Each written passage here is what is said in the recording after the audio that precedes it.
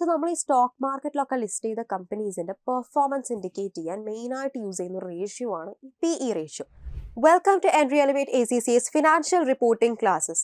So ഇന്ന് നമ്മൾ കഴിഞ്ഞ ക്ലാസ്സിൽ ഡിസ്കസ് ചെയ്ത EPSന്റെ കണ്ടിന്യൂവേഷൻ ആണ് നോക്കാൻ പോകുന്നത്. സോ ലാസ്റ്റ് ക്ലാസ്സിൽ നമ്മൾ എന്താണ് EPS, ബേസിക് EPS, അതേപോലെ ബോണസ് ഇഷ്യൂ വരുമ്പോഴുള്ള സിറ്റുവേഷനും റൈറ്റ് ഇഷ്യൂ വരുമ്പോഴുള്ള സിറ്റുവേഷൻസും നോക്കിയിട്ടുണ്ടായിരുന്നു. സോ ഇന്നത്തെ സെക്ഷൻ നമ്മൾ അതിന്റെ കണ്ടിന്യൂവേഷൻ ആണ് നോക്കാൻ പോകുന്നത്. ഡൈല്യൂട്ടഡ് EPS, അതായത് ഡൈല്യൂട്ടഡ് ഏർണിംഗ്സ് പെർ ഷെയർ. എന്താണ് ഈ diluted earnings per share? Increase in shares will reduce or dilute the earnings per share.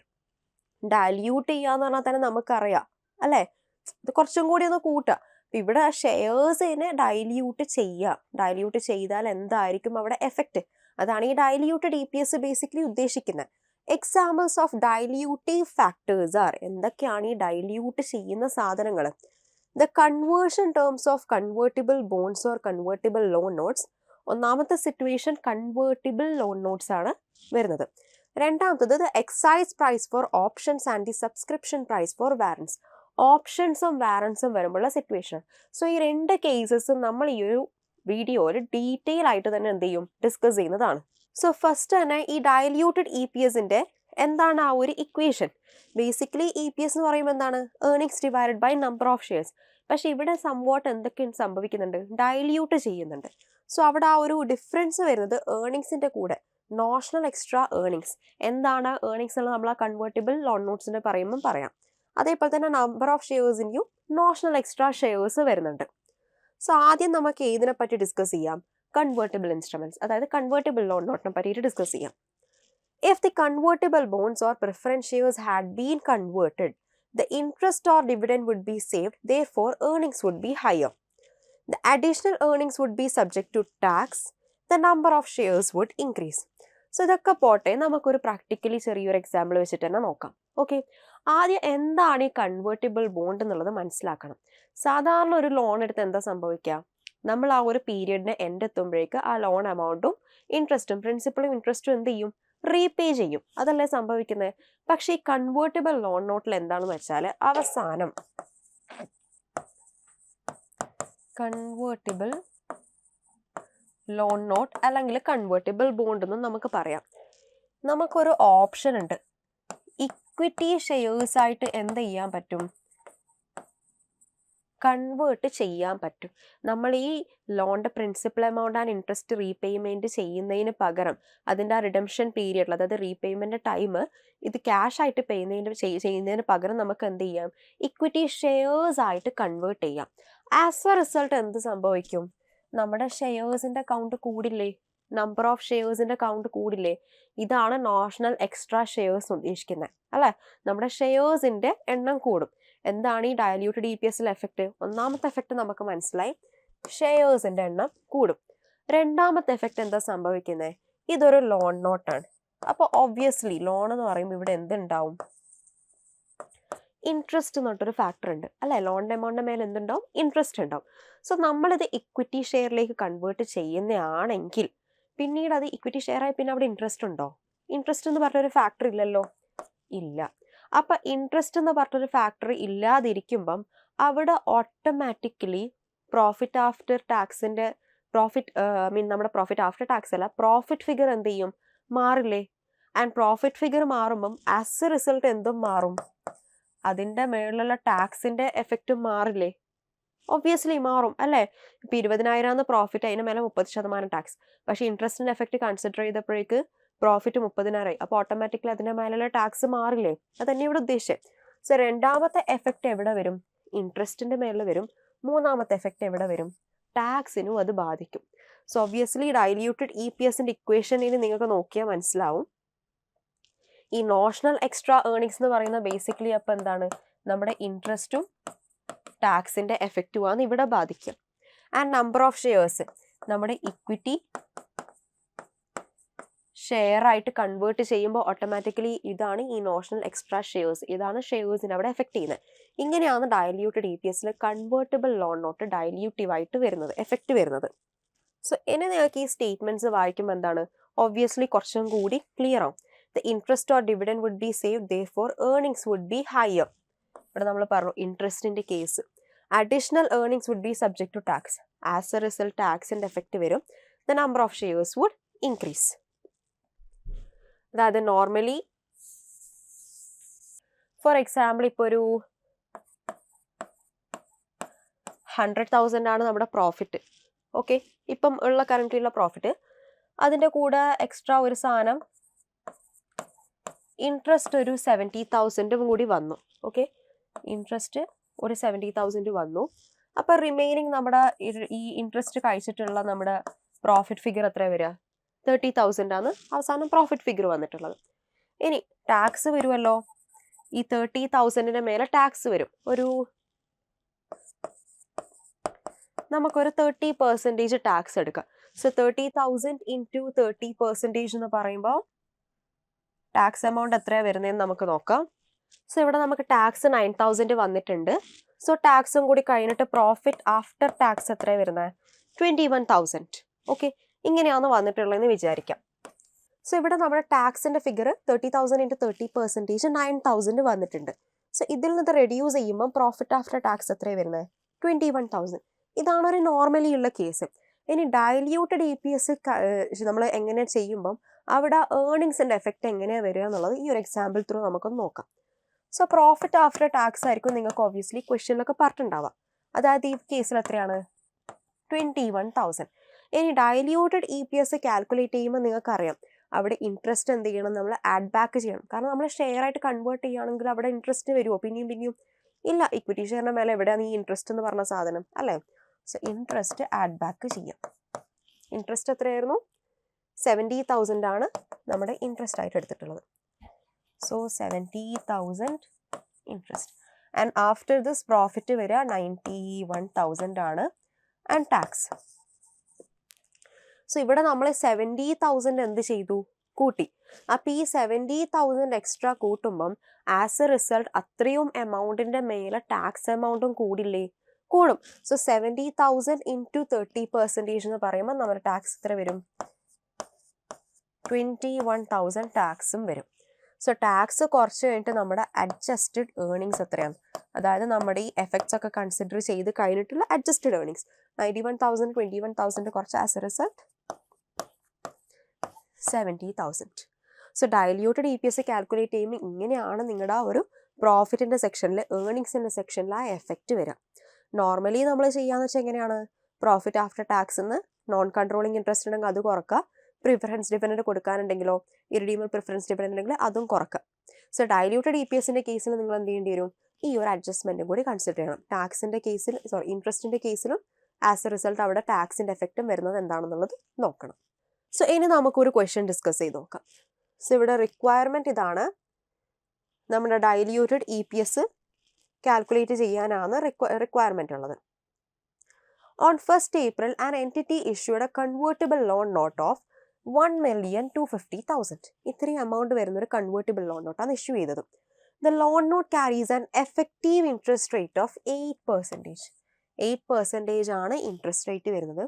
Each $100 nominal of the loan stock will be convertible in 2006 to 2009 into the number of ordinary shares. Okay, ഓരോ വർഷം ഇത്ര shares ആയിട്ടാണ് convert ആവുന്നതെന്നാണ് പറയുന്നുള്ളത്. Up to 2006, the maximum number of shares issuable after the end of the financial year will be at the rate of എത്ര shares ആയിട്ട് convert ചെയ്യുമെന്ന് പറയുന്നത്? 124 shares ആയിട്ട് convert ചെയ്യുന്നത്. Per $100 on 1,250,000 debt, which is 1,550,000 shares. Okay, ഇത് convert ചെയ്യുമ്പം എത്ര shares ആയിട്ടാണ് കിട്ടുന്നത്? 1,550,000. ഇനിയിപ്പം ബൈ ചാൻസ് നിങ്ങൾക്ക് ക്വസ്റ്റ്യനിൽ ഇത്ര ഷെയർസ് ആയിട്ടാണ് കൺവേർട്ട് ആവുന്നില്ലേന്ന് തന്നിട്ടില്ലെങ്കിൽ നിങ്ങൾക്ക് എന്ത് ചെയ്യുക? കണ്ടുപിടിക്കാൻ വലിയ ടാസ്ക് ഒന്നുമില്ല. നമുക്ക് ലോൺ നോട്ടിൻ്റെ ഇത്രയും ടോട്ടൽ വാല്യൂ തന്നിട്ടുണ്ട്. ഒരു ലോൺ നോട്ടിന് വരുന്ന വില എത്രയാണ്? $100 ആണ്. അപ്പം ബേസിക്കലി ഈ 1,250,000 ഡിവൈഡഡ് ബൈ 100 ചെയ്താൽ നിങ്ങൾക്ക് എത്ര കിട്ടും? എത്ര ലോൺ നോട്ടാണ് ഉള്ളതെന്ന് കിട്ടും. കാരണം ഈ ടോട്ടൽ വാല്യൂ ആണ് ഈ 1,250,000. അപ്പം അതിനെ ഡിവൈഡ് ബൈ 100 ചെയ്താൽ നമ്പർ ഓഫ് ലോൺ നോട്ട് കിട്ടും. പിന്നെ ഓരോ ലോൺ നോട്ടിനും എത്ര ഷെയർസ് ആണ്? 124 ഷെയർസ് ആണ്. നിങ്ങൾക്ക് ഈ കിട്ടിയ ലോൺ നോട്ടിന് 124ന്റെ കൂടെ മൾട്ടിപ്ലൈ ചെയ്താൽ ടോട്ടൽ എത്ര ഷെയർസ് ആണെന്ന് കിട്ടും. സോ നിങ്ങൾ ഈ കാൽക്കുലേഷൻ ചെയ്ത് നോക്കിയാൽ നിങ്ങൾക്ക് സെയിം എന്ത് ചെയ്യും? ഈ 1,550,000 തന്നെ കിട്ടും. with 4 million already in issue, the total would become 5,550,000. 4 million already കിടപ്പുണ്ട്, പിന്നെ ഈ കൺവേർട്ട് ആക്കി ഇതും കൂടി, അതായത് ഇത് രണ്ടും കൂടി ആഡ് ചെയ്തിട്ടുള്ള ആ ടോട്ടൽ എത്രയാണ്? 5,550,000 ആണ്. Okay. In the DEPS calculation, always assume that the maximum possible number of shares will be issued. ഇത് ഇമ്പോർട്ടൻ്റ് ആണ്. അതായത് ജനറലി ഉള്ളൊരു പോയിന്റ് ആണ്. നമ്മൾ ഡയല്യൂട്ടഡ് EPS ആയിട്ട് കൺവേർട്ട് ചെയ്യുമ്പം മാക്സിമം നമ്പർ ഓഫ് ഷെയർസിലേക്കാണ് കൺവേർട്ട് ആക്കുക എപ്പോഴും. അങ്ങനെയാണ് അസംഷൻ. ഇഷ്യൂഡ് ഷെയർ ക്യാപിറ്റൽ, നമ്മുടെ ഷെയർ ക്യാപിറ്റലിന്റെ structure 500,000 in 10% cumulative irredeemable preference shares of $1. So നമുക്കിവിടെ ഇറഡീമബിൾ പ്രിഫറൻസ് ഷെയർസ് ഉണ്ട്. ഈ ഇറഡീമബിൾ പ്രിഫറൻസ് ഷെയർസ് ഉണ്ടാവുമ്പോൾ ഇവർക്ക് എന്ത് കൊടുക്കേണ്ടി വരും? ഈ പ്രിഫറൻസ് ഷെയർ ഹോൾഡേഴ്സിന് ഡിവിഡൻഡ് കൊടുക്കേണ്ടി വരും അല്ലേ? ഓർഡിനറി പ്രിഫറൻസ് ഷെയർ ഹോൾഡേഴ്സ് ആരാണെന്ന് നമുക്കറിയില്ലേ? ഓർഡിനറി ഷെയർ ഹോൾഡേഴ്സിനെ പോലെയല്ല, അവർക്ക് ഒരു പടി പ്രിഫറൻസ് കൂടുതലാണ്. അവർക്ക് നമ്മൾ എന്തായാലും ഒരു ഫിക്സഡ് എമൗണ്ട് ഓഫ് ഡിവിഡൻഡ് എപ്പോഴും എന്ത് ചെയ്യണം? കൊടുത്തുകൊണ്ടേയിരിക്കണം. സോ ഈ കേസിൽ ഇപ്പോൾ 500,000 ഉണ്ട്, 10% ആണ് ക്യൂമുലേറ്റീവ് ഇറഡീമബിൾ പ്രിഫറൻസ് ഷെയർസ് ഉള്ളത്. അപ്പോൾ 10% അവർക്ക് എന്ത് ചെയ്യണം? ഡിവിഡൻഡ് ആയിട്ട് കൊടുക്കണം. പിന്നെ 1 million in ordinary shares of 25 cents. അങ്ങനെ ടോട്ടൽ 4 million ഷെയർസ് ആണുള്ളത്. 1 million divided by 25 cents ചെയ്താൽ നിങ്ങൾക്ക് എന്ത് കിട്ടും? 4 million ഷെയർസ് ആണെന്നുള്ളത് കിട്ടും. Tax rate എത്രയുള്ളത്? 30% ആണ് ടാക്സ് റേറ്റ് ഉള്ളത്. പിന്നെ നമ്മുടെ ട്രേഡിങ്ങിൻ്റെ ഇൻഫോർമേഷൻ തന്നിട്ടുണ്ട്. പ്രോഫിറ്റ് ഫിഗേഴ്സ് ഇത്രയാണ്, ഇൻട്രസ്റ്റ് ഇത്രയാണെന്നുള്ളത് ഓൾറെഡി കാൽക്കുലേറ്റ് ചെയ്ത് പറഞ്ഞിട്ടുണ്ട്. പ്രോഫിറ്റ് ബിഫോർ ടാക്സ് കിട്ടിയതും, പിന്നെ നമ്മുടെ ഇത് പ്രകാരം ഇൻകം ടാക്സ് എത്ര വന്നിട്ടുണ്ടെന്നും പ്രോഫിറ്റ് ആഫ്റ്റർ ടാക്സ് എത്രയാണെന്നും തന്നിട്ടുണ്ട്. ഇനി നമ്മുടെ പണി എന്താണ്? ഡയല്യൂട്ടഡ് EPS കാൽക്കുലേറ്റ് ചെയ്യാം. സോ ഡയല്യൂട്ടഡ് EPS കാൽക്കുലേറ്റ് ചെയ്യാൻ ഇത് കൺവേർട്ടിബിൾ ലോൺ നോട്ടാണ്. സോ ഫസ്റ്റ് നമ്മൾ എന്തും കൂടി കൺസിഡർ ചെയ്യണം? അഡ്ജസ്റ്റഡ് ഏർണിങ്സ് എത്രയാണെന്നുള്ളത് കൺസിഡർ ചെയ്യണം. പിന്നെ ഇവിടെ പകുതിക്ക് എന്ത് ചെയ്തിട്ടുണ്ട്? എക്സ്ട്രാ ഷെയർസ് വന്നിട്ടുണ്ട്. ഷെയർസ് വന്നാൽ നമുക്ക് ആ വെയ്റ്റഡ് ആവറേജ് ഷെയർസ് കാണേണ്ടത് എങ്ങനെയാണെന്ന് അറിയാം അല്ലേ? പകുതിക്ക് എക്സ്ട്രാ ഇത്ര ഷെയർസ് വന്നിട്ടുണ്ട്. അപ്പോൾ ആ ഷെയർസിൻ്റെ എഫക്റ്റും കൂടി എന്ത് ചെയ്യണം? നമ്മുടെ ഡിനോമിനേറ്റർ പാർട്ടിൽ നമ്മൾ ഇത്രയും നമ്പർ ഓഫ് ഷെയർസ് ഉണ്ടല്ലോ, അവിടെ ഇതിൻ്റെ എഫക്റ്റും കൂടി എന്ത് ചെയ്യുക? കൺസിഡർ ചെയ്യാം. സോ ഫസ്റ്റ് നമുക്ക് അഡ്ജസ്റ്റഡ് ഏർണിങ്സ് ചെയ്യേണ്ട ഭാഗം നോക്കാം. സോ 2002 2001 2 ഇയേഴ്സ് ആണുള്ളത്. ഇവിടെ നമ്മുടെ പ്രോഫിറ്റ് ആഫ്റ്റർ ടാക്സ് രണ്ടും 7,641,773 ആണ്. അത് ഫസ്റ്റ് മെൻഷൻ ചെയ്തിട്ടുണ്ട്. പിന്നെ ഇവിടെ എന്തുണ്ട്? പ്രിഫറൻസ് ഡിവിഡൻഡ് ഉണ്ട് അല്ലേ? പ്രിഫറൻസ് ഡിവിഡൻഡ്, ഇറിഡീമബിൾ പ്രിഫറൻസ് ഡിവിഡൻഡ് ഉണ്ടെങ്കിൽ നമ്മൾ അത് എന്ത് ചെയ്യണം? റെഡ്യൂസ് ചെയ്യണം പ്രോഫിറ്റ് ആഫ്റ്റർ ടാക്സ്. സോ ഇതിവിടെ 50,000 500,000 ഇൻറ്റു 10% 50,000 ഈച്ച് റെഡ്യൂസ് ചെയ്തിട്ടുണ്ട്. പിന്നെ ഇൻട്രസ്റ്റ് ഫിഗേഴ്സ് 100,000 75,000 ഇക്വിറ്റി ഷെയർസ് ആയിട്ട് കൺവേർട്ട് ചെയ്താൽ പിന്നാട് ഇൻട്രസ്റ്റ് ഇല്ലല്ലോ. സോ അത് നമുക്ക് എന്ത് ചെയ്യാം? ആഡ് ബാക്ക് ചെയ്യാം. പിന്നെ നമ്മൾ എന്താ നോക്കണ്ടേ? ഇതിൻ്റെ മേളിൽ വരുന്ന ടാക്സ് എമൗണ്ട് നമ്മൾ എന്ത് ചെയ്യണം? കുറക്കണം. കാരണം പ്രോഫിറ്റ് കൂടുമ്പോൾ അതിന് അത്രയും ടാക്സും കൂടിയല്ലോ. സോ ഇവിടെ 100,000 ഇൻറ്റു 30% 30,000, 75,000 ഇൻറ്റു 30% 22,500. സോ ഇതും കൂടി റെഡ്യൂസ് ചെയ്ത് നമുക്ക് എന്ത് കിട്ടി? നമ്മുടെ അഡ്ജസ്റ്റഡ് ഏർണിങ്സ് ഫിഗർ കിട്ടി. സിമ്പിൾ അല്ലേ? അഡ്ജസ്റ്റഡ് ഏർണിങ്സ് ഫിഗർ കിട്ടി. ഇനി നെക്സ്റ്റ് പാർട്ട് ഏതാണുള്ളത്? നമ്മുടെ ഷെയർസ് എത്രയാണെന്നുള്ളത് നോക്കണം. സോ ഓൾറെഡി നമ്മുടെ കയ്യിൽ 4 million ഷെയർസ് ഉണ്ടായി. സോ ആ ഇയറിൽ ഫുള്ളിലേക്ക് നമ്മുടെ കയ്യിൽ 4 million ഷെയർസ് ഉണ്ട്. അതിനുശേഷം ഇൻ ബിറ്റ്വീൻ ആണ് ആര് വന്നത്? എക്സ്ട്രാ നമ്മൾ ഈ കൺവേർട്ട് ചെയ്യുന്ന ഷെയർ വന്നത്. ഓക്കെ. സോ ഇവിടെ ഇത് ബേസിക്കലി ഫസ്റ്റ് ഏപ്രിലാണ് ഈ കൺവേർഷൻ ഇത് വന്നിട്ടുള്ളത്. സോ ഏപ്രിൽ മുതൽ ഡിസംബർ വരെ എന്ന് പറയുമ്പോൾ 9 months ആണ് വരിക. സോ അതുകൊണ്ട് തന്നെ 1,550,000 ഇൻറ്റു 9/12 ചെയ്തിട്ടുണ്ട്.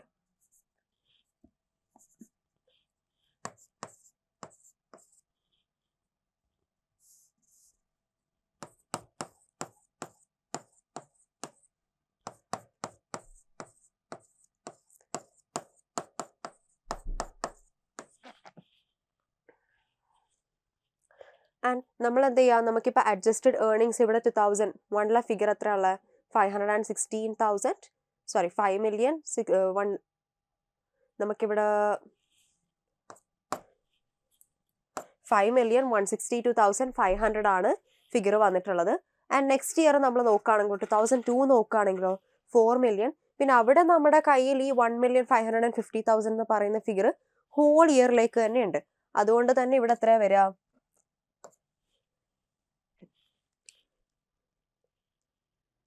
നമ്മുടെ കയ്യിൽ ഇവിടെ ഓൾറെഡി പറഞ്ഞിട്ടുള്ളത് തന്നെ 5,550,000 എന്നുള്ള ആ ടോട്ടൽ ഫിഗർ തന്നെയാണ് ഈ 2002 ഉള്ളത്. അത് ഫുള്ളായിട്ട് കൺസിഡർ ചെയ്യണം. ഇനി DEPS കാൽക്കുലേറ്റ് ചെയ്യാൻ നമുക്ക് ബുദ്ധിമുട്ടൊന്നുമില്ല. ജസ്റ്റ് എന്ത് ചെയ്യുക, ഈ ഏർണിങ്സ് ഇപ്പം ഈ കേസിലാണെങ്കിൽ 720,000 ഡിവൈഡഡ് ബൈ 5,550,000 ചെയ്താൽ 13 cents കിട്ടും. പിന്നെ ഫൈനൽ ആൻസർ എപ്പോഴും 1 decimal പ്ലേസിലേക്കും സെൻസിലേക്കും ആയിരിക്കണം. ആൻഡ് 2001 കേസിലാണെങ്കിലോ 644,273 ഡിവൈഡഡ് ബൈ 5,162,500 ചെയ്താൽ 12.5 cents കിട്ടും. ഇങ്ങനെയാണ് നമ്മളൊരു diluted earnings per share calculate ചെയ്യേണ്ടത്. സിമ്പിളാണ്. അഡ്ജസ്റ്റഡ് ഏർണിങ്സും ചെയ്യുക, അഡ്ജസ്റ്റഡ് നമ്മുടെ ഷെയർസിൻ്റെ കൗണ്ടും എത്രയാണെന്നുള്ളത് നോക്കാം. ഇനി നെക്സ്റ്റ് നമുക്ക് ഡിസ്കസ് ചെയ്യാനുള്ള ടോപ്പിക്കാണ് ഡൈല്യൂട്ടഡ് ഏർണിങ്സ് പെർ ഷെയറിന് 2 കാര്യങ്ങളുള്ള. ഒന്ന് കൺവേർട്ടിബിൾ ലോൺ നോട്ട് കാരണമാണ്, രണ്ടാമത്തത് ഓപ്ഷൻസ് ഓർ വാറൻസ് കാരണമാണ്. എന്താണ് ഈ ഓപ്ഷൻസ് ഓർ വാറൻസ് എന്നാണ് നോക്കാനുള്ളത്. സോ നമുക്കിതൊരു ചെറിയൊരു എക്സാമ്പിളിലെ കൂടി എന്താണ് ഇതിൻ്റെ കോൺസെപ്റ്റ് എന്നുള്ളത് മനസ്സിലാക്കാം, എന്നിട്ട് തിയറിറ്റിക്കലി വായിച്ചു നോക്കാം. സോ ഇവിടെ നമുക്ക് ജസ്റ്റ് ഒരു എക്സാമ്പിൾ എടുക്കാം. ഓക്കെ, ഒരു കമ്പനി, നമുക്ക് ആ കമ്പനി നമ്മളോട് പറയണം നമുക്ക് കുറച്ച് കമ്പനിയിൽ നമുക്കൊരു ഓപ്ഷൻ ഉണ്ട്. ഓക്കെ, നമുക്ക് 100,000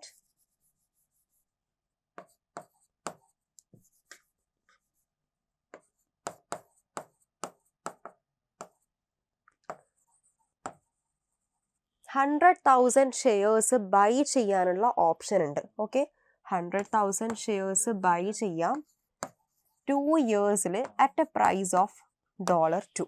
ഓക്കെ, നമുക്ക് 2 years ഒരു ഓപ്ഷൻ ഉണ്ട്. 100,000 ഷെയർസ് ബൈ ചെയ്യാം അറ്റ് എ പ്രൈസ് ഓഫ് $2. ഇതാണ് നമുക്ക് തന്നിട്ടുള്ള ഓപ്ഷൻ. ഓക്കെ, ഇപ്പം നമുക്ക് ബേസിക്കലി അപ്പം എത്ര ഷെയർസ് വാങ്ങിക്കാൻ പറ്റും? 100,000 ഷെയർസ് ആണ്. ഒരു ഷെയറിന് വരുന്ന വില എത്രയാണ് നമുക്കുള്ളത്? $2 ആണ്. ആസ് എ റിസൾട്ട് ടോട്ടൽ നമുക്ക് വരുന്ന പ്രൈസ് എത്രയാണ്? $200,000 ആണ്. ശരിയാണല്ലോ? ഓക്കെ ആണല്ലോ? സോ ഇപ്പം മാർക്കറ്റിലെ കേസ് ഒന്ന് ജസ്റ്റ് നോക്കി നോക്കാം. ഓക്കെ, മാർക്കറ്റിൽ ഒരു ഷെയറിന് വരുന്ന ഫെയർ വാല്യൂ ഇല്ലേ, ഇപ്പം $3 ആണ്. മാർക്കറ്റിൽ ഇപ്പോൾ ഒരു ഷെയറിന് വരുന്നത് $3 ആണ്. ബട്ട് നമ്മുടേതോ,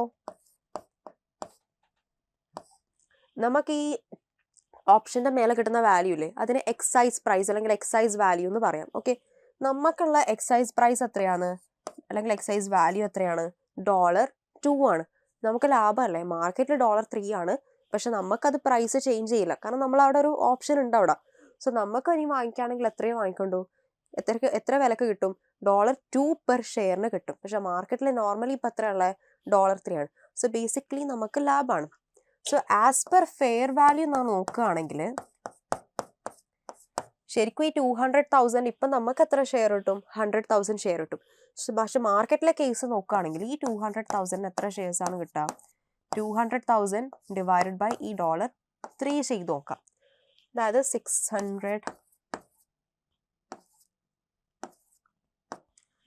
66,666 അറൌണ്ട് ഇത്ര ഷെയർസ് ആണ് മാർക്കറ്റിലെ വാല്യൂ പ്രകാരം വാങ്ങിക്കുകയാണെങ്കിൽ ഈ വിലക്ക് നമുക്ക് കിട്ടുക. പക്ഷെ നമുക്ക് ആക്ച്വലി ഈ ഒരു ഓപ്ഷൻ ഉള്ളതുകൊണ്ട് എത്രക്ക് കിട്ടി? 100,000 ഷെയർസ് ആണ് കിട്ടിയത്. ഓക്കെ, ഇവിടെ നമ്മൾ നോക്കുകയാണെങ്കിൽ ഇത് നമുക്ക് ഷെയർസ് എന്ന് മാർക്ക് ചെയ്യാം. ഓക്കെ, സോ ഇവിടെ നമുക്ക് നോക്കുകയാണെങ്കിൽ നോർമലി 100,000 ഷെയർസ് ആണ് നമുക്ക് വാങ്ങിക്കാൻ പറ്റുക. മാർക്കറ്റിലെ കേസ് നോക്കുകയാണെങ്കിൽ 66,666 ഷെയർസ് ആണ്. ഇവിടെ ഒരു 34 ഷെയർസ് അറൌണ്ട് നമുക്ക് എന്തുപോലെ ഉള്ളത്? ഒരു ബോണസ് പോലെ ഉള്ളത് അല്ലേ? കാരണം മാർക്കറ്റിൽ ഇത്രയും നമുക്ക് വാങ്ങിക്കാൻ പറ്റും, പക്ഷെ നമുക്ക് ഇങ്ങനൊരു ഓപ്ഷൻ കിടപ്പുള്ളത് കൊണ്ടാണ് നമുക്ക് എത്ര ഷെയർസ് വാങ്ങിക്കാൻ പറ്റിയേ? 100,000 ഷെയർസ് വാങ്ങിക്കാൻ പറ്റിയത്. സോ ബേസിക്കലി ഇത്രയും എമൗണ്ട് ഓഫ് ഷെയർ നമുക്ക് എന്തുപോലെയുള്ളത്? ഒരു ബോണസ് പോലെയാണ് ഉള്ളത്. സോ ഇതാണ് ഈ ഓപ്ഷൻസ് ഓർ വാറൻസ് എന്ന് ഉദ്ദേശിക്കുന്നത്. ഓക്കെ, നമുക്ക് ഒരു ഓപ്ഷൻ ഉണ്ട് 100,000 ഷെയർസ് ബൈ ചെയ്യാൻ 2 years $2 ആണ് വരിക. പക്ഷെ മാർക്കറ്റിൽ നോക്കുമ്പോൾ $3 ആണ്. So as per the market നമുക്ക് ഇത്ര ഷെയർസേ കിട്ടുള്ളൂ. പക്ഷെ ഇങ്ങനെ ഒരു ഓപ്ഷൻ കിടപ്പുള്ളതുകൊണ്ട് നമുക്ക് എത്ര ഷെയർസ് കിട്ടി? 100,000 ഷെയർസ് കിട്ടി. സോ ആസ് എ റിസൾട്ട് ഇത്രയും ഷെയർസ് നമുക്കൊരു ഫ്രീ ആയിട്ട് കിട്ടിയ പോലെയാണ്. അതായത് ഒരു ബോണസ് പോലെയാണ് ഇത്രയും നമ്പർ ഓഫ് ഷെയർസ് നമുക്ക് കിട്ടിയിട്ടുള്ളത്. ആൻഡ് ഇത്രയും ഷെയർസ് ഫ്രീ അല്ലേ? സോ ഇത് കാരണമാണ് നമ്മളെ ഡൈല്യൂട്ടഡ് EPSൽ എഫക്റ്റ് വരുന്നത്. ഓക്കെ, സോ ഈ ഒരു ഫ്രീ ആയിട്ട് വന്ന ഈ ബോണസ് പോലെ വന്ന് ഈ ഷെയർസ് കാരണമാണ് നമ്മുടെ ഡൈല്യൂട്ടഡ് EPSന് ഇവിടെ ഓപ്ഷൻസ് ഓർ വാറൻസ് എഫക്റ്റ് ചെയ്യുന്നത്. സോ ഇതാണ് കോൺസെപ്ച്വലി ഓപ്ഷൻസ് ഓർ വാറൻസിൽ നടക്കുന്ന കാര്യം. ഇനി നമുക്ക് ജസ്റ്റ് ആ ഒരു കോൺസെപ്റ്റ് എന്താണ് ഇവിടെ തിയറിറ്റിക്കലി പറഞ്ഞിട്ടുള്ളത് നോക്കാം. An option or warrant gives the holder the right to buy shares at some time in the future at a predetermined price. ഇവിടെ തന്നെ 2 yearsൽ നമുക്ക് $2 എന്നുള്ളൊരു പ്രൈസിൽ, അതായത് നമ്മൾ example പറഞ്ഞിട്ടുണ്ടായി. Cash is received by the entity at the time the option is exercised and the diluted EPS calculation must allow for this. അവിടെ നമ്മൾ പറഞ്ഞു ക്യാഷ് റിസീവ് ചെയ്യുന്നു, ആ എക്സ്ട്രാ ഷെയർസ് വന്ന ആ ഒരു എഫക്റ്റ് ഇല്ലേ, അതാണ് ഡൈല്യൂട്ടഡ് EPS കാൽക്കുലേഷനെ എഫക്റ്റ് ചെയ്യുന്ന കാര്യം. The total number of shares issued on the exercise of the option or warrants is split into 2. The number of shares that would have been issued if the cash received had been used to buy shares at the fair value. എന്നാണ് നമ്മൾ നേരത്തെ calculation ചെയ്തത്. The remainder which are treated like a bonus.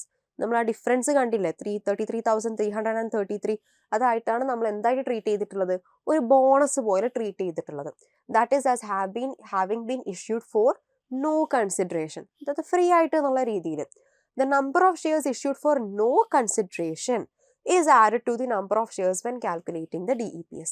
നമുക്ക് ഈ extra കിട്ടിയ shares, അതായത് നമ്മുടെ ഈ എക്സാമ്പിൾ വെച്ചിട്ട് പറയുകയാണെങ്കിൽ ഈ 33,333 നോർമലി നമ്മുടെ കയ്യിൽ ഓൾറെഡി ഇഷ്യൂവിൽ കിടക്കുന്ന ഷെയർസിൻ്റെ കൂടെ എന്ത് ചെയ്താൽ മതി, ഡൈല്യൂട്ടഡ് EPS കാൽക്കുലേറ്റ് ചെയ്യുമ്പോൾ ഇതൊന്ന് ആഡ് ചെയ്താൽ മതി.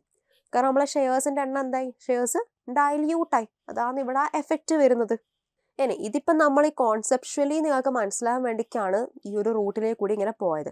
ഇനി ഇതൊന്നും ഇല്ലാണ്ട് സിംപ്ലി ഒരു ഇക്വേഷൻ കൊണ്ട് തന്നെ നമുക്ക് എന്ത് ചെയ്യാൻ പറ്റും, എത്ര ഷെയർസ് ആണ് ബോണസ് ആയിട്ട് വന്നത് എന്നുള്ളത് കണ്ടുപിടിക്കാൻ പറ്റും. ആ ഇക്വേഷനാണ് ഇത്. നമ്പർ ഓഫ് ഓപ്ഷൻസ്, അതായത് എത്രയാണ് നമ്മുടെ ഓപ്ഷൻസിന്റെ value, fair value minus exercise price divided by fair value. നേരത്തെ പറഞ്ഞ കേസിലാണെങ്കിൽ ഇപ്പോൾ ഫെയർ വാല്യൂ 3 ആയിരുന്നു, എക്സസൈസ് പ്രൈസ് എന്ന് പറയുന്നതോ 2 ആയിരുന്നു. സിംപ്ലി ഇക്വേഷൻ കൊടുത്താൽ നിങ്ങൾക്ക് എന്ത് കിട്ടും, ആൻസറിലേക്ക് എത്താൻ പറ്റും. സോ നമുക്ക് ഈ ഓപ്ഷൻസ് ഓർ വാറൻസ് വരുന്ന ഒരു കേസും കൂടി ചെയ്തു നോക്കാം. On 1st January 2007, a company has 4 million ordinary shares in issue and issues options for a further million shares. So 4 million already നമ്മുടെ കമ്പനിയിൽ ഷെയർ കിടപ്പുണ്ട്, അതിൻ്റെ കൂടെ 1 million ഷെയറിന് എന്തുണ്ട്, ഓപ്ഷൻസ്. 1 million ഷെയർസിന് ഓപ്ഷൻ ആണ് ഉള്ളത്. The profit for the year is 500,000. During the year to 31st December 2007, the average fair value of one ordinary share is $3 and the exercise price for the shares under the option was $2. The exercise price $2 ആണ്, ordinary ഷെയർസിൻ്റെ option എത്രയാണ്, $3 ആണ്. ഇവിടെ നമുക്ക് basic EPSും calculate ചെയ്യണം, diluted EPSും calculate ചെയ്യണം. Basically basic EPS calculate ചെയ്യാൻ വല്ല പണിയുണ്ടോ?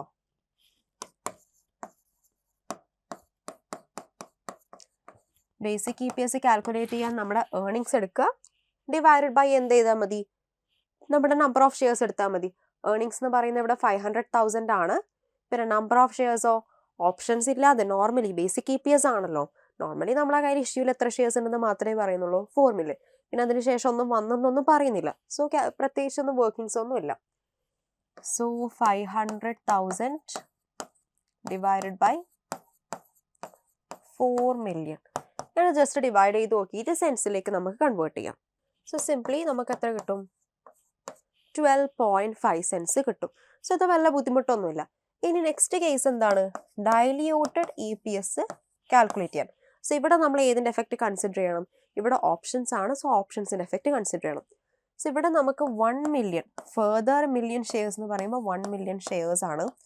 Normally market പ്രകാരം ആണെങ്കിൽ എത്ര ഷെയർസ് ആണ്, $2ന്, സോറി മാർക്കറ്റ് പ്രകാരമല്ല, നമ്മുടെ ഈ ഓപ്ഷൻസ് പ്രകാരം ആണെങ്കിൽ എത്രയാണ്, $2ന് 2 million ഷെയർസ് ആണ് നമുക്ക് എടുക്കാൻ പറ്റുക അല്ലേ. സോ പക്ഷെ നമ്മൾ ഫെയർ വാല്യൂ വെച്ചിട്ട്, മാർക്കറ്റിലെ വാല്യൂ വെച്ചിട്ട് കൺസിഡർ ചെയ്യുകയാണെങ്കിൽ നമുക്ക് ഈ എത്ര ഷെയർസേ കിട്ടുള്ളൂ, 1 millionന്റെ സ്ഥാനത്ത് അതിന് പകരം എത്ര ഷെയർസാണ് കിട്ടുക എന്നുള്ളത് നോക്കാം.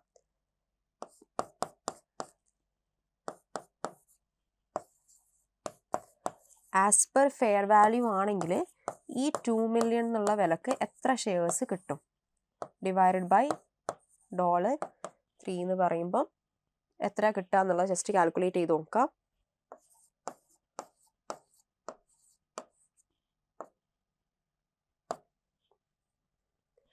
$666,667 ഷെയർസ്, അറൌണ്ട് ഇത്ര ഷെയർസ് ആണ് കിട്ടുക.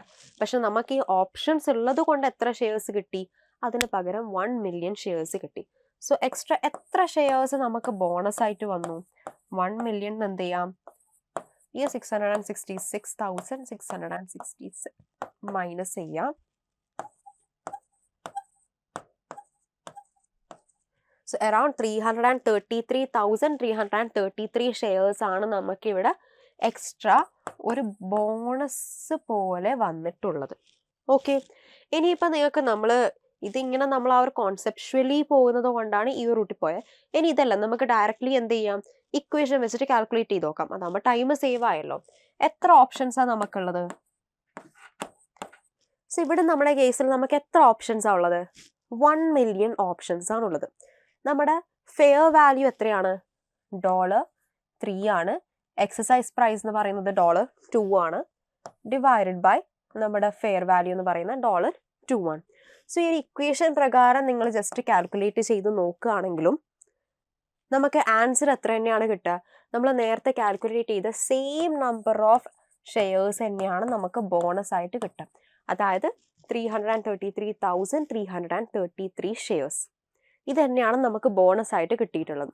സോ ഏത് മെത്തേഡ് ചെയ്താലും കുഴപ്പമില്ല, ബട്ട് ആ ഒരു കോൺസെപ്ച്വൽ ക്ലാരിറ്റി കിട്ടാനാണ് നമ്മൾ മറ്റേ മെത്തേഡ് ഡിസ്കസ് ചെയ്തത്. ഇനി നമുക്ക് ഡയല്യൂട്ടഡ് EPS കാൽക്കുലേറ്റ് ചെയ്തൂടെ? എത്രയായിരുന്നു നമ്മുടെ പ്രോഫിറ്റ് ഫിഗർ എന്ന് ജസ്റ്റ് നോക്കാം. പ്രോഫിറ്റ് ഫിഗർ എന്ന് പറയുമ്പം 500,000 ആണ്. ഡിവൈഡഡ് ബൈ ഷെയർസ്, എത്ര ഷെയർസ് ഉണ്ട്? ഓൾറെഡി നമ്മുടെ എക്സിസ്റ്റ് ചെയ്യുന്ന 4 million ഷെയർസും അതോടൊപ്പം നമ്മുടെ ഈ ഓപ്ഷൻസ് കാരണം നമുക്ക് എക്സ്ട്രാ എത്ര ഷെയർസ് വന്നു? ഈ 333,333 ഷെയർസ്.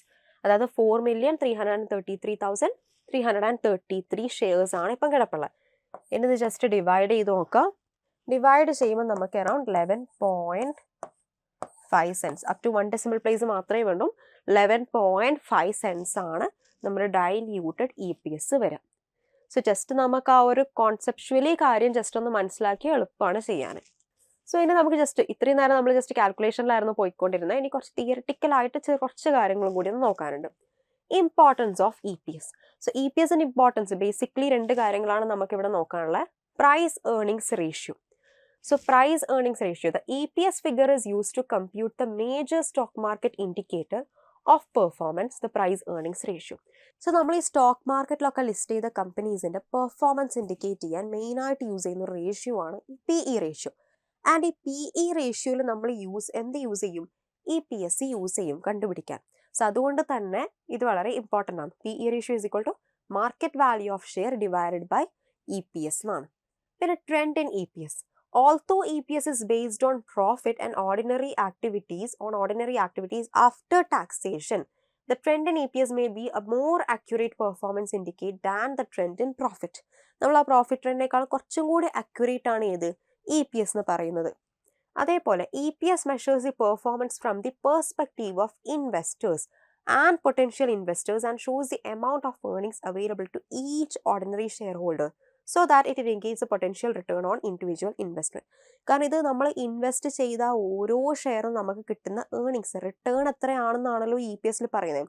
സോ ഇത് ശരിക്കും പറഞ്ഞ ഒരു ഇൻവെസ്റ്റേഴ്സ് പോയിന്റ് ഓഫ് വ്യൂവിൽ നിന്നുള്ളൊരു ഇൻഫർമേഷനും കൂടിയാണ് നമുക്കിവിടെ കിട്ടുന്നത്. ഇനി importance of the diluted earnings per share. It shows what the current year's EPS would be if all the dilutive potential ordinary shares in issue had been converted. അല്ലെ, നമ്മൾ ഈ നേരത്തെ പറഞ്ഞ പോലെ convertible loan note, options or warrants, ഇതൊക്കെ നമ്മൾ shares ആയിട്ട് ordinary shares ആയിട്ട് കൺവേർട്ട് ചെയ്താൽ നമ്മുടെ EPSൽ വരുന്ന മാറ്റം ചിലപ്പോൾ EPS അങ്ങനെ കുറഞ്ഞേക്കാം അല്ലേ. സോ അതാണ് നമ്മൾ ഈ ഡയല്യൂട്ടഡ് EPSലേക്ക് കൂടി നമുക്ക് മനസ്സിലാവുന്നത്. It can be use the trends in past performance. നമുക്ക് ട്രെൻഡ് അനലൈസ് ചെയ്യാൻ പറ്റും. അതേപോലെ in theory it serves as a warning to equity shareholders that the return of their investment may fall in future period. കാരണം ഇത് ഇൻവെസ്റ്റേഴ്സിന് ഒരു warning signal പോലെ കൊടുക്കുകയാണ്. ഇപ്പം ഇങ്ങനെ കുഴപ്പമില്ലാണ്ട് പോവുകയാണെങ്കിലും ഭാവിയിൽ ഈ കൺവേർട്ടിബിൾ ലോൺ നോട്ടോ ഓപ്ഷൻസോ വാറൻസോ അവർ എക്സസൈസ് ചെയ്താൽ നമ്മുടെ EPS മാറും അല്ലെ, ഡയല്യൂട്ടഡ് EPS ഫിഗർ മാറും. ഈ ഫിഗർ മാറുമ്പോൾ ചിലപ്പോൾ ആ EPS കുറഞ്ഞേക്കാം. സോ ഇത് ഇൻവെസ്റ്റേഴ്സിന്, ഷെയർ ഹോൾഡേഴ്സിന് എന്താണ് ഒരു വാർണിംഗ് സിഗ്നൽ പോലെയാണ് കൊടുക്കുന്നത്. ഓക്കെ, ഇതായാൽ നിങ്ങളുടെ EPS എത്ര ആയിരിക്കും വരിക എന്നുള്ളത് ശരിക്കും പറഞ്ഞാൽ നല്ലൊരു കാര്യമാണ് അല്ലേ?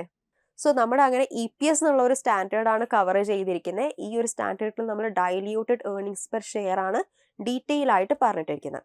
സോ എന്തെങ്കിലും ഡൗട്ട്സ് ഉണ്ടെങ്കിൽ എന്ത് ചെയ്യുക, കമൻറ്റ് സെക്ഷനിൽ കമൻറ്റ് ചെയ്യുക. Thank you.